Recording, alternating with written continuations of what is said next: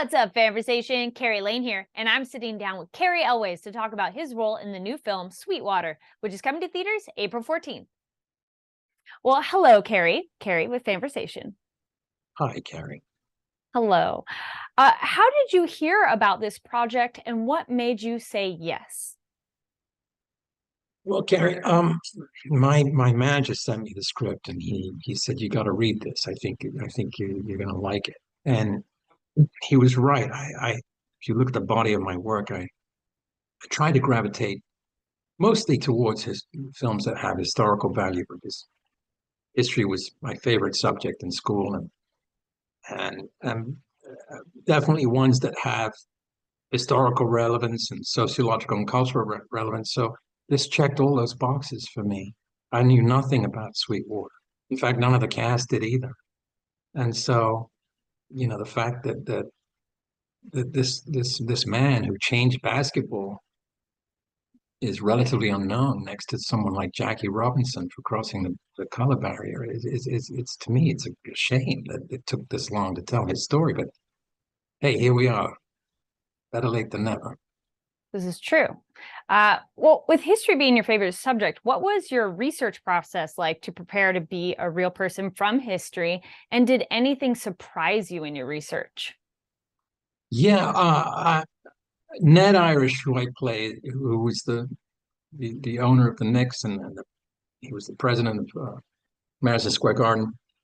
He he was a very colorful figure. I managed to find a lot of interviews with him and with his contemporaries, friends, colleagues, and even a few detractors. And what I gathered was that he was a guy that gave off this very tough exterior, but he was a big softy at heart.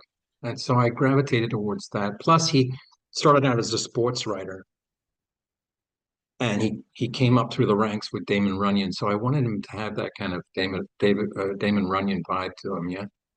And so, yeah, And he was a plain, guy oh, who, yeah, go on. no, I was gonna say continue. Go ahead.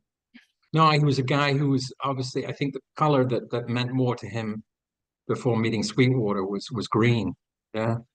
And it wasn't until Lapchick really made him pay attention to Clifton that he realized that this guy was going to change the game. And so he wanted to be on the right side of history, you know.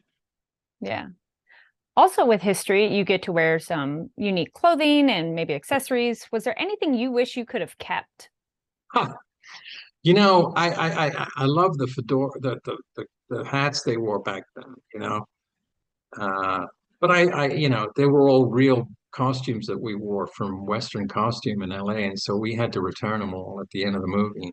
So there was no keeping anything. Those were all authentic Could suits have, and hats yeah. they were all authentic from the 50s, 40s and 50s, yeah. Nice. Oh, with all that action on the court of basketball, did you ever want to hop in, and did you? I did. Someone caught me on film actually making a basket, thank God. So I can actually prove that I did that. But Nice. yeah, we had all these wonderful players from the Harlem Globetrotters who were on set, and and of course we had Everett, who's magnificent in this role. Everett Osborne, who plays Sweetwater, who's not only a wonderful actor but an extraordinary athlete, extraordinary basketball player. So to find an individual who possessed not only the acting chops but also the athletic ones, it was a rare and beautiful thing. So we were very fortunate to find this young man, and he's terrific in the movie, just terrific. Kind of in a similar vein, were there any happy accidents on set where something didn't go as planned but actually turned out for the better? I don't know. You'd have to ask the director about that. For me, it all went really smooth. I got to work with one of my idols, Richard Dreyfuss, who I worship and still to this day. And I grew up idolizing him. And so when they told me he was going to play Maurice Podoloff, the commissioner of the league, I was like, man, this is a dream come true. We had so much fun working together. And he's just a remarkable man, extraordinary talent. Yeah. Any fun stories or memories from set you can share? Well, Martine had this script for 28 years, and that should give you an idea of the level of passion he had for this project.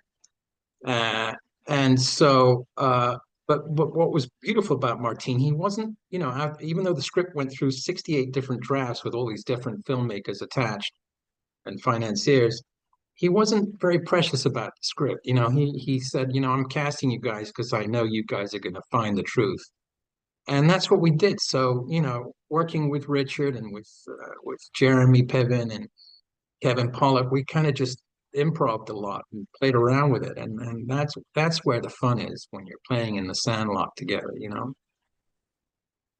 Nice. Well, thank you so much and congratulations. My pleasure. Thank you, Cary. Thanks for having me. Yes. Thank you, Cary. Pleasure talking with you. Okay, take care.